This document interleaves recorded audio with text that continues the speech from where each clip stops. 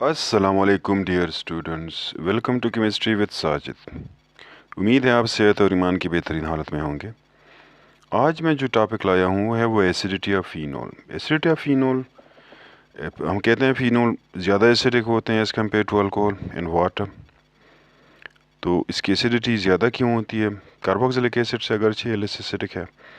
तो acidity of फ़ीनोल की बात करते हैं कि एसिडिक फ़ीनोल जो है वो ज़्यादा एसिडिक क्यों होते हैं, why they show more acidic character as compare to water and alcohol.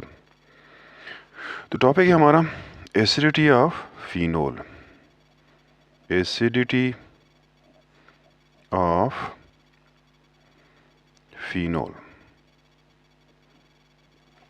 Phenol हम कहते हैं कि ये मोर एसिडिक। मैं अगर पहले एसिडिटी ऑर्डर थोड़ा सा लिख लूँ तो थोड़ा सा आपको याद रह जाए। अक्सर का जो है NMDCAT में या ईटा में जो है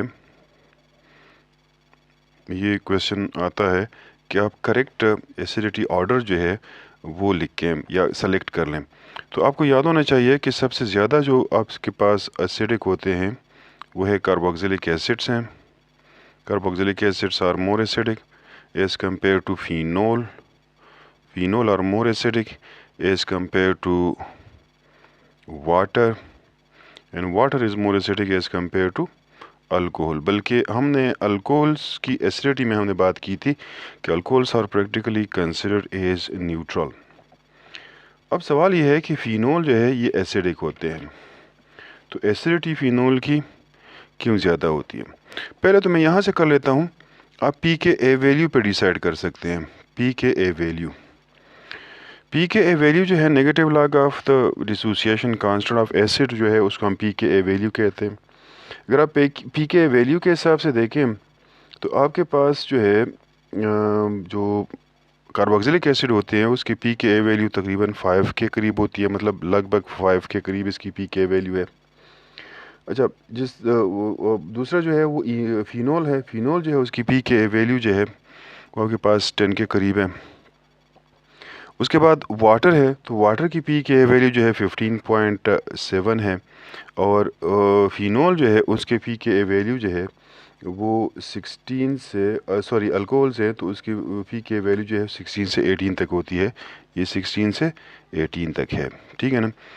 अब आपको पता है कि जितना पी के वैल्यू जो है वो ज़्यादा है उतनी उसकी एसिडिक करेक्टर्स कम है। जितनी पी के वैल्यूज़ कम है उतनी उससे इसके एसिडिक करेक्टर्स जो है वो ज़्यादा होती है।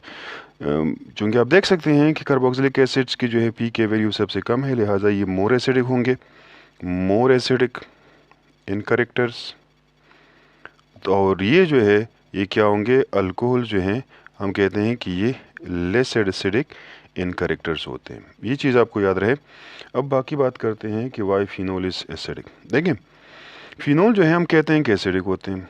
उसकी एक वजह ये भी है कि अगर आप इसको ट्रीट करते हैं सोडियम मेटल के साथ, अगर आप उसको ट्रीट करते हैं सोडियम मेटल्स के, ये हो गया फिनोल। इसको आपने ट्रीट किया एक्टिव मेटल्स लाइक सोडियम, तो ये क्या बनाएगा, सोडियम फिनो ऑक्साइड बनाएगा।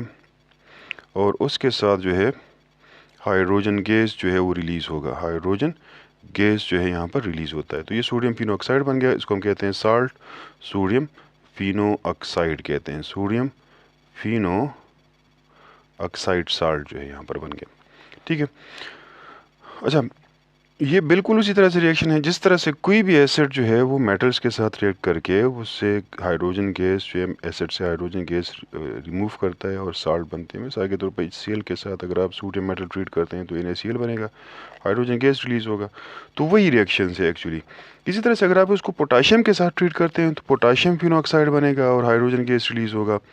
और अगर आप इसको फिर मिसाल के तौर पर इसको बेस के साथ ट्रीट करते हैं, यानी मैं लेता हूँ इस तरह से फिनोल लेता हूँ और इसको मैं ट्रीट कर लेता हूँ सोडियम हाइड्रोक्साइड के साथ, तो सोडियम हाइड्रोक्साइड के साथ ये ट्रीट करके आपको देगा अगेन सोडियम फिनो ऑक्साइड देगा। और सोडियम फिनो ऑक्साइड के साथ साथ जो है यहाँ पर क्या बनेगा, वाटर बनता है। तो फिर भी ये एक तरह से एसिड बेस रिएक्शन हो जाते हैं, एसिड बेस रिएक्शन। यहाँ पर बनता है sodium phenoxide water, acid base reaction एक तरह से हो गया। तो इसका मतलब है कि फिनोल जो है it is acting as a base. उसके अलावा अगर आप मज़ीद भी लिखना चाहें तो बिल्कुल उसी तरह से बाकी एसिड्स की तरह जो है फिनोल ये रिएक्ट करता है किस चीज़ के साथ, कार्बोक्सिलिक एसिड्स के साथ, सॉरी कार्बोनेट्स के साथ जो है ये इसका रिएक्शन होता है। तो उसी तरह से कार्बन डाइऑक्साइड गैस जो रिलीज में अगर इसको ट्रीट करता हूँ Na2CO3 के साथ, तो यहाँ पर भी आपको बनेगा सोडियम फिनोक्साइड बनेगा, सोडियम फिनोऑक्साइड हो गया ये। और उसके अलावा जो है वाटर बनता है और कार्बन डाइऑक्साइड गैस रिलीज होता है। तो अगेन सोडियम फिनोक्साइड बन गया। ये वही रिएक्शन है जिस तरह से एसिड जो है उसका कैरेक्टरिस्टिक रिएक्शन कि acid release carbon dioxide gas from carbonates and bicarbonates. तो ये इन रिएक्शन से भी पता चलता है कि फिनोल क्या है, ये आपके पास एसिडिक इन कैरेक्टर्स हैं। अब रीजंस जो हैं फिनोल के एसिडिक बिहेवियर के लिए क्या है, दो मेन रीजंस है फिनोल के एसिडिक कैरेक्टर्स के लिए। एक है उसके जो ऑक्सीजन एटम होता है हाइड्रोक्सिल ग्रुप का, वो पॉजिटिव चार्ज डेवलप करता है ड्यू टू रेजोनेंस इफेक्ट। और वो पॉजिटिव चार्ज जो हाइड्रोजन ऑक्सीजन एटम पे होता है वो एक्चुअली रिपेल करता है the positive charge hydrogen atom, that makes it release easier. तो दो रीज़न हैं, टू रीजंस जो हैं, हम कह सकते हैं कि टू रीजंस हैं, reasons for acidic behaviour of phenol, for acidic behaviour of phenol. वो टू रीजंस क्या है, एक रीज़न जो है वो ये है कि रेजोनेंस इफेक्ट की वजह से, due to resonance effect oxygen develops positive charge. तो हम कह सकते हैं कि हाइड्रोक्सिल ग्रुप जो है, hydroxyl oxygen of the hydroxyl group, sorry oxygen atom of OH group, OH group क्या करता है, डेवलप्स पॉजिटिव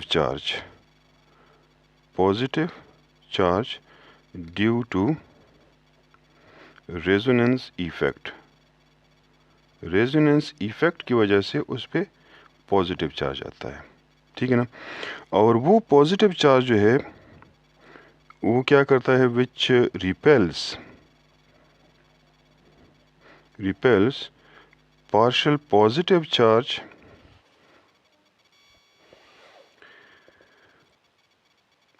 जो हाइड्रोजन पार्शियल पॉजिटिव चार्ज पे जिस पे होता है, तो वो रिपेल करता है। कौन रिपेल करता है उसको, oxygen atom of the hydroxyl group. तो इसलिए हम कह सकते हैं कि due to this resonance effect which repels partial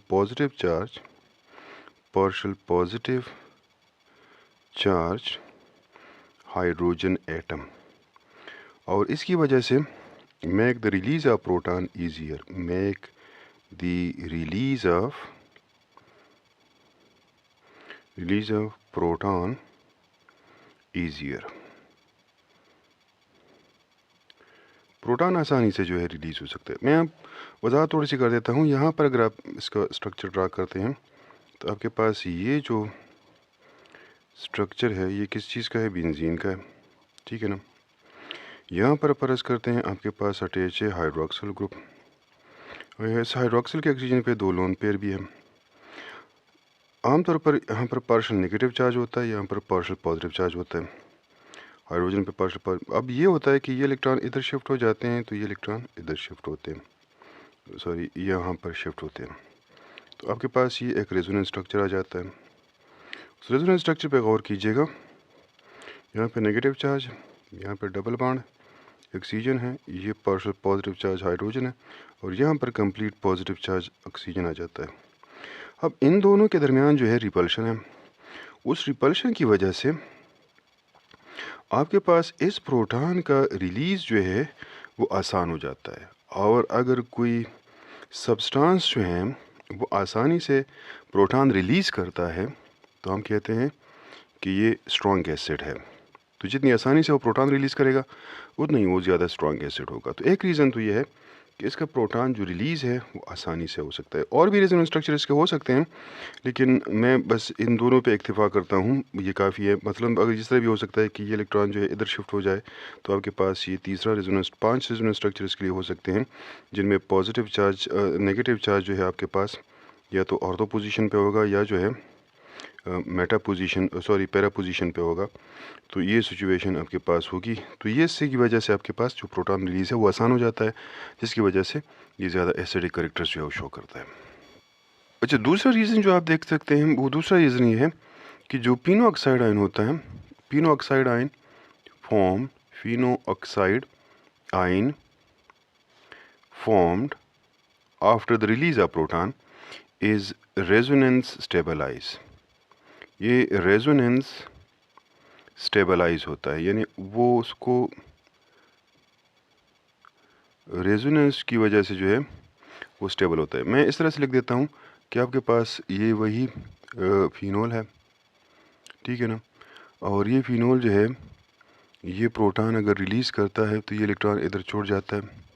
यहाँ पर आपको जो है इस किस्म का एक रेजोनेंस स्ट्रक्चर जो है हासिल होगा, इस किस्म का। यहाँ पर हमारे पास आ जाएगा क्या, फिनोक्साइड आयन आ जाएगा, और यहाँ पर जो है हाइड्रोजन आ जाएगा, हाइड्रोजन आयन। तो ये हो गया पिनो ऑक्साइड आयन, ठीक है ना। ये पिनो ऑक्साइड, अब यहाँ पर भी ये प्रोटॉन चूँकि रिलीज़ कर रहा है, इस वजह से हम कहते हैं कि ये एसिड है। ये मैंने इक्विलिब्रियम डाला भाई। इक्विलिब्रियम जो है वो ज़्यादातर जो है आपके पास क्या होगा, इन फॉरवर्ड डायरेक्शन होगा, यानी more of the phenol will be in ionised form rather then in unionised form. Dissociation constant जो है, डिग्री ऑफ डिसोसिएशन इसकी ज़्यादा होती है, इस वजह से उसकी के वैल्यू जो है वो ज़्यादा होती है, तो पी के वैल्यू जो है उसकी कम हो जाती है। तो इस वजह से वाटर से और अल्कोहल्स वगैरह से कम पी के वैल्यू शो करता है, ज़्यादा एसिडिक कैरेक्टर शो करता है। जिस तरह मैंने कहा कि फिनोक्साइड आयन जो है वो रेजोनेंस स्टेबलाइज होता है, तो मैं उसके रेजोनेंस स्ट्रक्चर्स लिख देता हूँ। रेजोनेंस स्ट्रक्चर जो है फिनोक्साइड आयन के क्या बनेंगे, इस पर थोड़ा सा गौर करें। ये हो गया फिनोक्साइड आयन, तो ये इलेक्ट्रॉन इधर शिफ्ट होंगे, ये इलेक्ट्रॉन जो है इधर शिफ्ट हो जाएंगे। आपके पास ऑर्थो पोजीशन पे क्या आ जाएगा, नेगेटिव चार्ज आ जाएगा। इस तरह से ये होगा, ये नेगेटिव चार्ज, यहाँ पर आपके पास डबल बॉन्ड, ये डबल बॉन्ड और ये डबल बॉन्ड। नेक्स्ट जो है ये इलेक्ट्रॉन इधर शिफ्ट हो जाएंगे, तो ये इलेक्ट्रॉन यहाँ पर आ जाएंगे पैरा पोजीशंस पे। तो ये तीसरा रेजोनेंस स्ट्रक्चर हो जाएगा, जिसके पैरा पोजीशन पे नेगेटिव चार्ज होगा, यहाँ पे डबल बॉन्ड होगा और ऑक्सीजन कार्बन के डबल बॉन्ड। ये इलेक्ट्रॉन फिर इधर शिफ्ट हो जाएंगे, तो ये इलेक्ट्रॉन इधर आ जाएंगे। यहाँ पर आपके पास अगेन जो है ऑर्थो पोजीशन पे क्या आ जाएगा, नेगेटिव चार्ज आ जाएगा, यहाँ पे डबल बॉन्ड, यहाँ पे डबल बॉन्ड, और ये फिर आखिर में ये इलेक्ट्रॉन इधर, तो ये इलेक्ट्रॉन इधर शिफ्ट हो जाएंगे। तो आपके पास ये पांचवा और आखिरी जो है रेजोनेंस स्ट्रक्चर हासिल होगा, जिसमें आपके पास एक डबल बॉन्ड यहाँ पे होगा, दूसरा डबल बॉन्ड यहाँ एक डबल बॉन्ड यहाँ पर, दूसरा डबल बॉन्ड यहाँ पे, और तीसरा जो है यहाँ पर होगा, और ये नेगेटिव चार्ज होगा।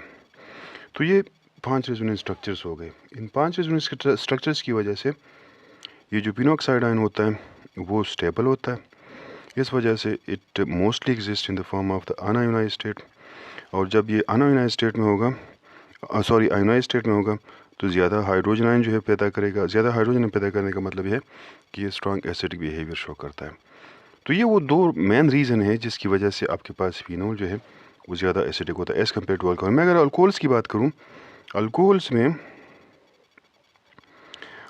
में अगर मैं जनरल फार्मूला उसका लिखूँ तो मेरे पास ये अल्कोहल है, ठीक है ना। यहाँ पर भी आपके पास वही है, इलेक्ट्रॉन इधर शिफ्ट हो जाएंगे, तो आपके पास हासिल होगा alkoxide ion, R bond O negative और H प्लस आयन, ठीक है। इसको मैं कहता हूँ अल्को ऑक्साइड आयन कहता हूँ, और ये हो गया प्रोटॉन, ठीक है। अब ये अल्को ऑक्साइड आयन जो है इसके लिए कोई रेजोनेंस स्ट्रक्चर नहीं होते, इस वजह से ये ज़्यादा एसिडिक कैरेक्टर्स शो नहीं करते। तो हम कहते हैं कि अल्कोहल्स जो हैं क्या करते हैं, alcohols do not react with sodium hydroxide, that is with alkali, और पोटाशियम हाइड्रोक्साइड। और उसके अलावा जो है हम ये कह सकते हैं कि can't release carbon dioxide gas from metal carbonates और बाइकार्बोनेट्स। बाइकार्बोनेट्स और कार्बोनेट से ये कार्बन डाइऑक्साइड गैस भी रिलीज़ नहीं कर सकते। That's why alcohols will be less acidic as compare to phenols. Thank you for watching this video. अगर video पसंद आए तो लाइक भी कीजिएगा, कमेंट्स भी कीजिएगा और अपने दोस्तों के साथ शेयर भी कीजिएगा। बहुत शुक्रिया। Thank you.